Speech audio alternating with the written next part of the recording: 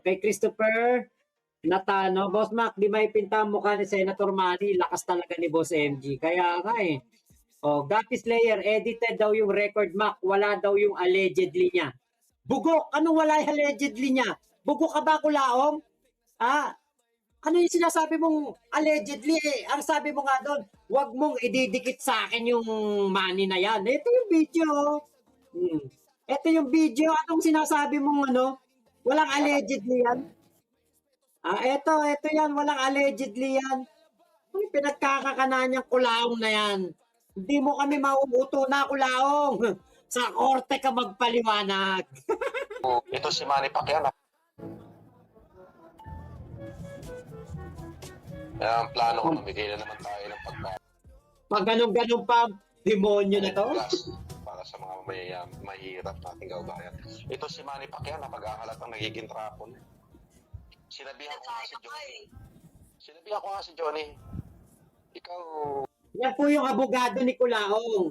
Yung sinasabi niyang sinasabihan niya daw si Johnny. Ito po yun, yung abogado ni Kulaong, si Attorney Johnny Vestido, Caroche Vestido. Ang alam ko, nag-apply din siya as ombudsman, pero hindi po siya nakapasa. Ang napiling maging ombudsman ay si Sec Boying Remulla ng DOJ. Ngayon, ang alam ko, nag-post noon si Attorney Johnny patungkol kay Manny Pacquiao. Parang may pinost si Attorney Johnny na hindi ko alam hindi ko na matandaan. Etong picture na to. Parang siguro nagpunta si Attorney Johnny kay Manny Pacquiao o baka meron siyang nilakad sa opisina ni Manny Pacquiao doon sa Senado, nagpa-selfie, ipinost. Ngayon, si Kulaong galit na galit. Pina-take down tong post na to, itong litrato na to ni Attorney Johnny. Wag mong ididikit sa pangalan ko yan. Kung magpo-post ka, na lang, wag mong pa-share sa FLM family. Yan, ito. Yung nasa gilid na picture na yan, yan yung buong post.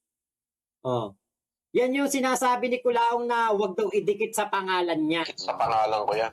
Kung magpo-post ka, na lang, wag mong pa-share sa FLM family yan. Ginano mo si John. Bili mo, ilang taon na yan dumadahak na ganyan. Alam mong may utang sa akin yan eh. Hindi pa nagbabayad eh. Malatuba yan. Si Okay. Alam niyo po ba yung malatuba sa amin? Yung parang buraot. Doon sa amin sa Bulacan, yung malatuba, parang buraot. Yung kapag ikaw pumunta sa inuman, wala kang ambag pero ang lakas mo mamulutan. Yun yung malatuba. Pili mo kada isang suntok ni Manny Pacquiao, 100,000 na dolyar ang binabayad dyan. Yung iba nga diba?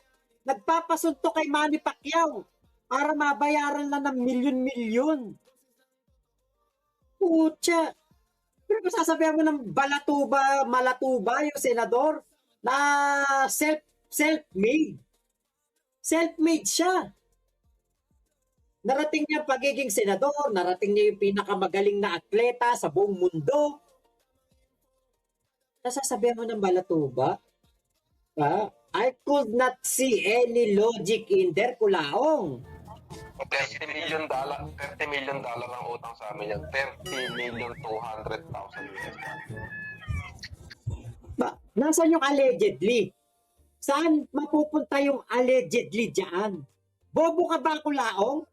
Rekta mong sinabi yan sa amin. 2018 yun.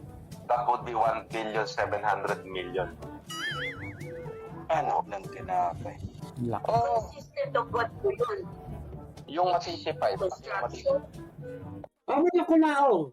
Ayan Ako nag-upload niyan. Ako nagpakalat niyang video na yan. Kasuhan mo na ako. Wiretapping in BJMP. Kailan nangyari ang tawagan na yan? Nakakulong ka sa BJMP. Kasuhan mo na ako.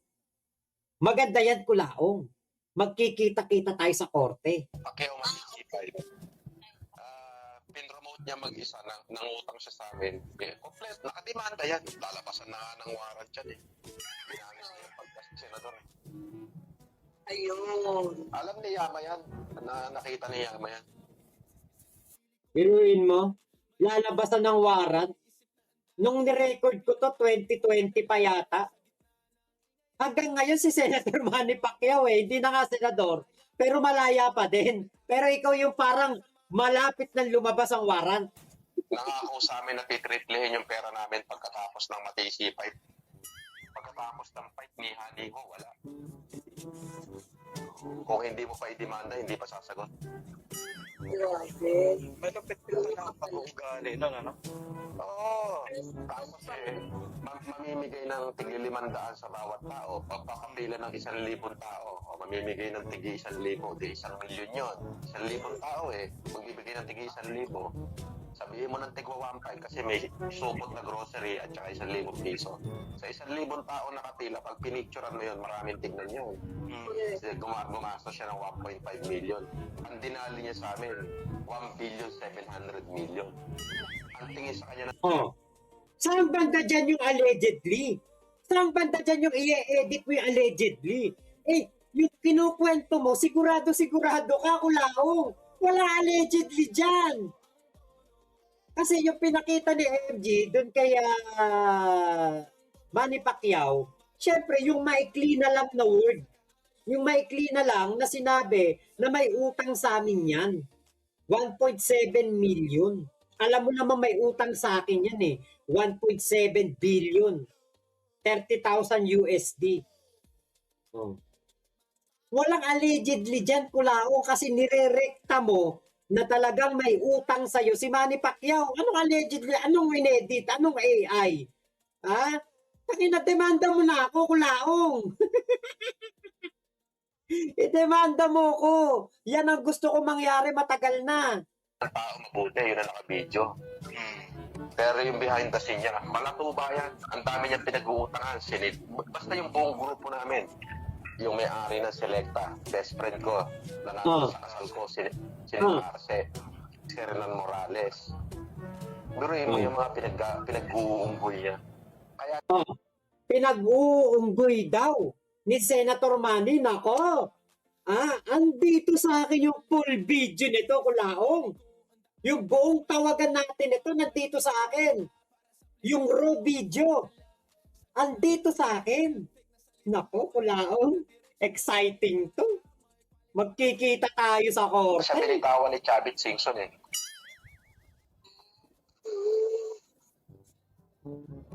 Ang lagi niya ipinangangako, may laban ako, makabayad ako agad, may laban ako, may laban. Senador pa ako, mga ganun. Pero mo, para makabayad na lang sa amin ni Bernard Chong. Sabi ni Bernard, sige, i-endorse mo na lang yung Mobile Legend.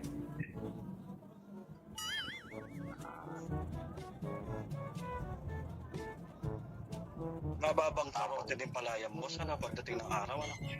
Ang mayaman, si Bernard, yung partner ko, pinagmumura ko nga na isang araw Sabi ko, putang ina mo naman magyayabang ka lang kay Willie Rebillame pa. Sabi Yun yung Bernard Chong. Ito po yung si Bernard Chong. Ito yun. putang ina mo naman magyayabang ka lang kay Yan po yung si Bernard Chong na sinasabi niya may utang din daw sa kanya. Willie Rebillame pa. Nagbigay ng 3 milyon kay Willie Rebillame. Napanood niyo ba yun?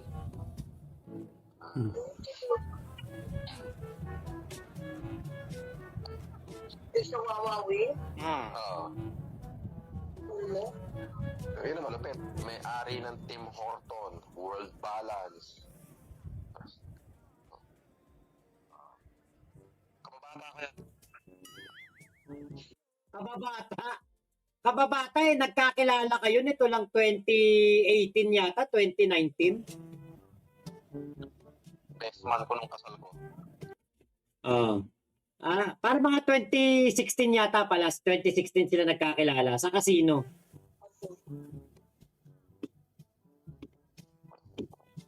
Hindi ba dati may utang sa'yo yun? Sino? Si Bernard Shaw. hindi naman question yung pera sa amin dalawa. Hindi naman question sa amin dalawa yun eh. Kumbaga, hindi na namin pinag-uusapan yan pagka pera. Nung panahon kasi na yun, may nahiram siya sa akin 250 million. Tapos binabanatan ako ni Jared. Binabaliktad yung kwento. Kaya nga sinabi ko, kaya pala malakas yung loob ng Jared. Nakaka-chat niya si Bernard. Pero hindi naman sumasagot si Bernard. Kaya nag-live ako nung sinabi ko, puntahan mo si Bernard. At pagka sinabi niyang kanya yun, wala siyang utang sa akin, pag-uuntugin ko kayong dalawa. Naman, no? Clear. Pero pinalaya sila sa Legrand. Ngayon, itong unang pamilya, nagpapadala ng emisaryo sa akin. At Andito po sa akin yung buong video niyan. Andito sa akin. Yung mahaba niyang video, yung buong video na kung saan binabanatan niya nga si Manny Pacquiao, si PBBM. Actually, di lang naman si Manny Pacquiao ang binalahura nito eh. Pati ang pamilya ng ating Pangulong Bongbong Marcos, binalahura din ito. Biruin mo yung bunsong anak daw ni PBBM, sinabihan nito, lakas daw manigarilyo, lakas uminom. Yung bunsong anak nito, bata pa. Bunsong anak ni PBBM. Nung time na sinabi ni Kulao yun, parang mga, naku, hindi ko lang alam ang edad, pero bata pa noon si Jeannie ba yun? Jeannie. Kaya nako talagang J8 letrang M ang mga kalaban mo Kulaong, sina MC Mike Cervera, MG Makagago, MP Manny Pacquiao at MMP. Nako, goodbye Kulaong. Nako, mag-goodbye ka talaga dito Kulaong. Kaya kung ako sa iyo Kulaong, agapan mo na. Kasuhan mo na ako para mahuyo ako. Kasi malay mo, yung video, yung full video, pag ito yung nilabas ko, naku baka mag-trending. Doon sa full video na yon, si PBBM, si Amy Marcos, mga anak ni Singson, ni Chavit yata yon, yung binabalahura mo rin. Napakaraming buong binalahura sa mga tawagan nating Kulaong. Paano kung ilabas ko yan? Kasuhan mo na ako para mahuyo na ako, para hindi na ako makapag-live, hindi na ako makapag-upload, di ba? Agapan mo na ako, Laong. Nako. Yan ang mahirap. Sasabihin mo, hindi mo ako kilala. Pero meron tayong tawagan. Paano yun? kaya kita tinawagan. Kaya nag-video call ako sa'yo para malaman mo na ako kausap mo. Opo, yun nga. Pero totoo po ba yung pupunta po kayo dito? Yes. Dahil sabi niyo may bahay. Nako Kulao, malaki magiging problema mo talaga pala dito. Malaki magiging problema mo dito. Tapos, eto pa, may good news ako sa inyo. Etong video na ito, etong video na ito, na may katawagan si Kulaong na kaibigan ko na model sa Malaysia, nakuha ko na yung audio. Kulaong, ako talaga. Ewan ko na lang kung saan ka mapupunta. Teka, papakuha ko lang yung cellphone kong isa.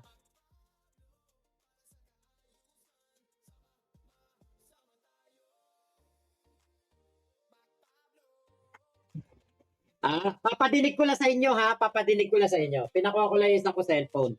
Yung tawagan namin na to, putya, nasa kasulok-sulukan. Nasa kasulok-sulukan ng mga folder. Sa mga USB na nakuha ko. Ito, sa mga USB na to. Nandito. Ngayon, papadinig ko lang sa inyo para kilitiin natin yung ni Kulaong. Kulaong, eto, another wiretap in BJMP na naman to. Kulaong. Another BJMP wiretap to, Kulaong. Kulaong, nako.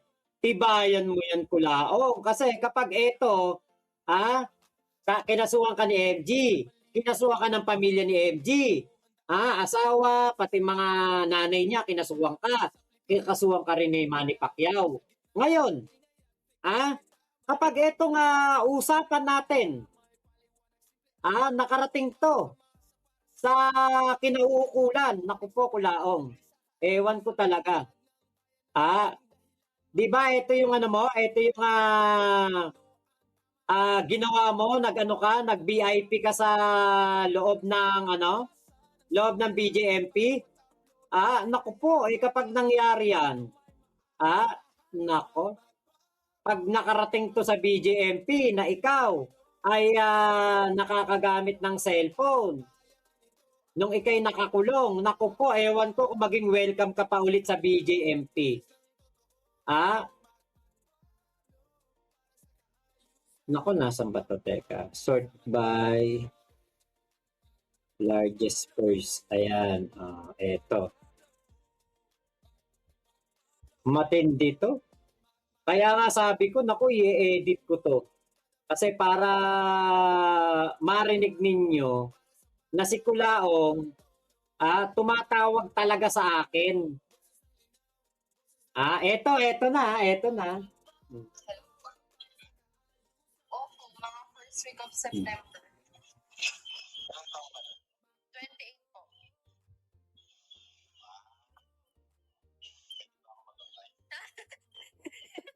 May opening ng trabaho. Dapat po ata ako yung mag-a-apply sa inyo. May opening po ba ng trabaho sa inyo?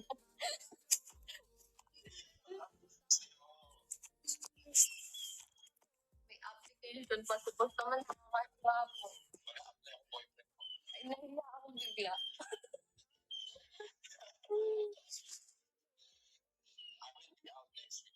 Next week na po. Yay! Yes, God's will. Pinagdadasal po namin yan. I am here not because I committed a crime. Opo. I am here because my Creator wants me to understand all walks of life.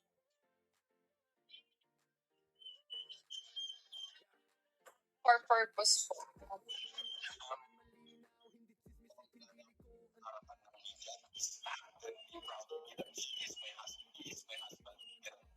Eh, di ba po ganyan naman yung purpose ng wife?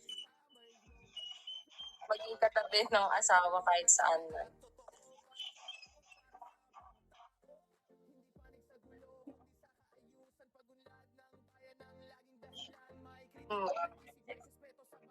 Buti po yung makmak pala. Marites, ang queen ang poprotekta sa king.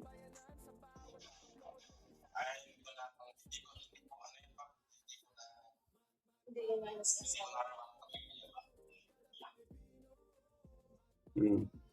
I-upload ko na lang to. Hindi po yun echo, parang sisiw yun, parang manok.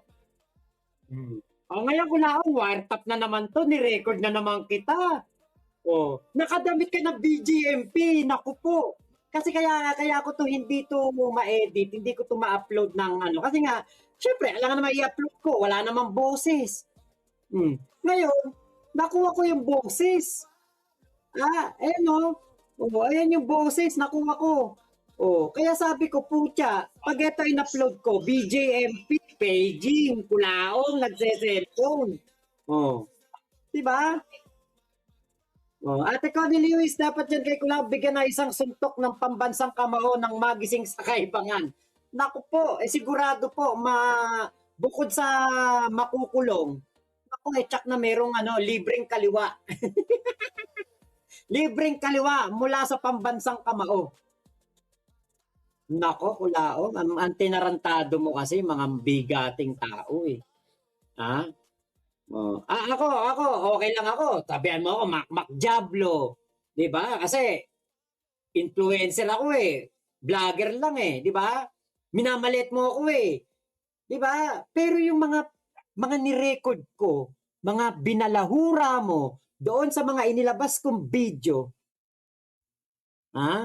sa mga inilabas kong mga wiretap noong ikay nakakulong sa BJMP, nako, Kulaong. Yun ang pagkakamali mo. Di ba? Pero alam niyo po, di ba, ang tagal din. Biro niyo, 2020 to 2021 po yata ito nilabas. 2021, kung daw nagkakamali. 2021 po ito nilabas. Pero, di ba, yung impact noong 2021 wala eh. Parang pinagtatawanan lang tayo ni Kulaong niyan. Ha? Kahit ilabas mo yan, walang papansin sa'yo, makmak. Pero ngayon, nakarating kay MG. Pinalaban mo kasi si MG. Pwede ka namang hindi kumibu eh, di ba? Pwede ka namang magsalita nung may nag-comment na, boss, binabanatan ka ni Makagago. Pwede ka namang magsalita wala yun, content lang naman yun. Okay lang yun. Di ba? Kung gano'n na lang sana sinagot mo, di sana hindi na kayo nagkasagutan ng World War ni Makagago. Kaya lang kasi, di ba? Alay, di ba? Inano mo kasi Kulaong masyado mong ginalingan. Sabi mo kay MG, galingan niya. Ngayon, sabi mo